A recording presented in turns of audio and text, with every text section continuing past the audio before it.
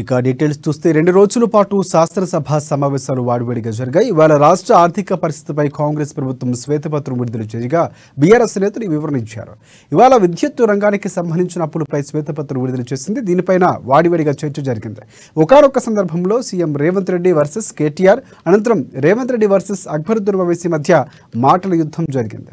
హరీష్ రావు గారు బాధ్యత వహిస్తున్న సిద్దిపేటలో 61.37% అధ్యక్ష, గజ్వేల్ మాజీ ముఖ్యమంత్రి గారు ప్రాతినిధ్యం వహిస్తున్న శాసనసభ నియోజకవర్గంలో 50.29 ట్రాన్స్మిషన్ లాసెస్. ఇప్పటి వరకు అక్బరుద్దీన్ ఓవైసీ గారు ఏదైతే చెప్తున్నారో హైదరాబాద్ సౌత్ నుంచి 43% ట్రాన్స్మిషన్ లాసెస్. ఈ రాష్ట్రంలో అత్యధికంగా విద్యుత్ వినియోగం చేసే దాంట్లో, బిల్లులు ఎగవేసిన దాంట్లో మొదటి స్థానం సిద్దిపేట ఉంది, రెండవ స్థానంలో గజ్వేల్ ఉంది, మూడవ స్థానంలో హైదరాబాద్ సౌత్ ఉంది. ఈ ముగ్గురు లీడర్లు 10 సంవత్సరాలు తెలంగాణ రాష్ట్రాన్ని పరిపాలించి విద్యుత్ బకాయిలు చెల్లించక మొండి బకాయిలల్లా సిద్దిపేట, గజ్వేల్, హైదరాబాద్ సౌత్ ఉన్నది అధ్యక్ష. ఈ రోజు మొత్తం విద్యుత్ రంగమే దివాలా తీయడానికి, అప్పుల పాలు కావడానికి ఈ 3 ప్రాంతాల నుంచి బిల్లులు చెల్లించకపోవడం వల్ల ఈ రోజు ఈ పరిస్థితి దాపురించింది. అక్బరుద్దీన్ ఓవైసీ గారు మా ప్రాంతాల నుంచి బిల్లు చెల్లింపులో బకాయిలు ఉన్నాయి, నేను హరీష్ రావు గారు అదేవిధంగా చంద్రశేఖర్ రావు గారు బాధ్యత తీసుకొని ఈ బిల్లులు చెల్లిస్తామని ఎందుకు ముందుకు రాలేదు సార్? जहां पर चंद्रायन गुट्टा में पूरा मुसलमान वोटों से चुन के आए क्या? ओल्ड सिटी में जितने भी 7 एमएलए जीत कर आए, हिंदू का कोई किसी का वोट नहीं मिला एमआईएम को, ये बात कहना चाहता है। ये बात तो ठीक नहीं, अफसोस की बात है। सब लोग आपको वोट देके आपको चुना के इधर भी जाए। आप बोल रहे मुसलमान के आवाज दबाने के लिए कोशिश कर रहे। भाई आपके मुसलमान के रिप्रेजेंटेटिव जैसा नहीं देख रहे। ये तेलंगाना 4 करोड़ जनता के तरफ से आप चुन के आए, 4 करोड़ जनता के लिए आप रिप्रेजेंट करो। नहीं सर आपको जब mike speaker sir Akbaruddin Owaisi sahab को जब माइक मिलेगा ना, हम लोग जुबली से एक मुसलमान हिंदुस्तान के सबसे बड़ा खिलाड़ी अजहरुद्दीन ओवैसी को हम टिकट दिए, अजहरुद्दीन को हम टिकट दिए तो अजहरुद्दीन को हराने के लिए दूसरा मुसलमान को वहां चुनाव लड़वा के एक मुसलमान को हरा दिए। दूसरी बात, कामारेड्डी से हम लोग शब्बीर अली जी को जिताने के लिए, एक माइनॉरिटी को जिताने के लिए हम कोशिश किए तो शब्बीर अली को हराने के लिए उनके जाने माने दोस्त कल्वकुंट्ला चंद्रशेखर राव वहां कामारेड्डी से चुनाव लड़ा साहब। इन्हों अजहरुद्दीन को हरा देते एक मुसलमान को, इनके खास दोस्त कल्वकुंट्ला चंद्रशेखर राव कामारेड्डी में दूसरे मुसलमान को हराने के लिए कोशिश करते, मगर ये मुसलमान के हक के ठेकेदार कैसे बनेंगे सर? నేను సూటిగా 3 అంశాలను ప్రస్తావించదలుచుకున్నా. మాజీ మంత్రి జగదీశ్వర్ రెడ్డి గారు ప్రభుత్వానికి సవాల్ విసిరిండ్రు, మీరు విచారణకు ఆదేశించండి, మేము సిద్ధంగా ఉన్నామని. నేను వారిని మనస్ఫూర్తిగా స్వాగతిస్తున్నా.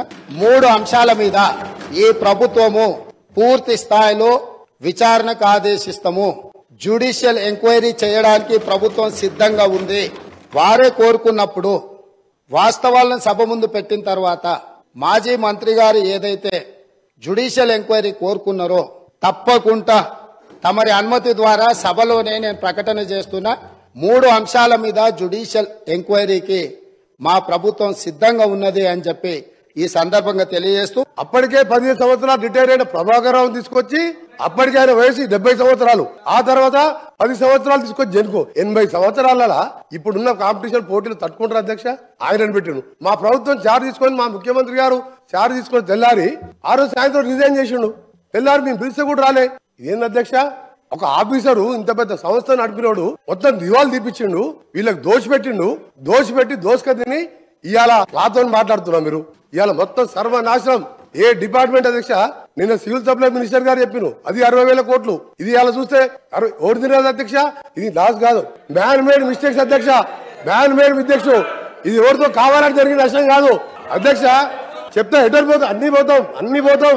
మీరు తినేదంతా కక్కిపిస్తాం మీరు అనుకుంటారు. ఇవాళ మీరు వదిలిపెడతాం అనుకుంటారు అధ్యక్ష. ఇవాళ గౌరవ ముఖ్యమంత్రి గారు చార్జ్ తీసుకోగానే ఫస్ట్ మీటింగ్ లోనే రివ్యూ చేసుకొని అరే ఆగవే ఉన్న వాటిని కుదేలేటట్టుగా మీరు చేసిన అప్పులు అత్యంత ఆందోళనకరంగా మారే అధ్యక్ష. ఉదాహరణకి డిస్కమ్స్ సంబంధించి ఇవాళ లోన్లు ఒకసారి 2014లో కేవలం 10,783 కోట్లు ఉంటే 2023 అక్టోబర్ నాటికల్లా అది 39,457 కోట్లకి డిస్కమ్లలో అప్పుల బారిన పడేటట్టుగా చేశారు అధ్యక్ష. అలాగే ట్రాన్స్కోకు సంబంధించి కేవలం 2,911 కోట్లు మాత్రమే అప్పులుంటే 2014 నాటికి అది 2023 నాటికల్లా 50,136 కోట్లకి అప్పుల పాలు చేశారు అధ్యక్ష. ప్రజల గురించి మాట్లాడలేదని చెప్తా ఉన్నాం కాబట్టి చెప్తా ఉన్నా. తర్వాత అధ్యక్ష ఇంకొక మాట ఇలా తెలంగాణకు సంబంధించి చెప్తారు. తెలంగాణ కాంగ్రెస్ చేయకపోతే వచ్చింది అధ్యక్ష. ఇలా తెలంగాణ తెస్తే మీరు 10 సంవత్సరాలు మంత్రులు దయచేసి ఆ విషయం మర్చిపోవద్దు. ఇలా తెలంగాణ తేకపోతే తెలంగాణ పార్లమెంట్ ఆర్టికల్ 3 ఇవాళ మీ పార్లమెంట్ సభ్యులు కేశవరావు గారు కానీ కాంగ్రెస్ పార్లమెంట్ సభ్యులు లేకపోతే తెలంగాణ ఎక్కడ అధ్యక్ష? ఇలా వీళ్ళు మాట్లాడతారు. ఆనాటి నాయకత్వం చెప్తానా అన్పార్లమెంట్ అయితే తెలుగుతాం కానీ వీడికే ఏం రాకుండా పోయినా కూడా పార్లమెంట్ లో తెలంగాణ బిల్ పాస్ అయిపోతే రాకపోతుంది అధ్యక్ష. ఆనాడు స్పీకర్ లోక్సభ స్పీకర్ ఆనాడు సభ్యులు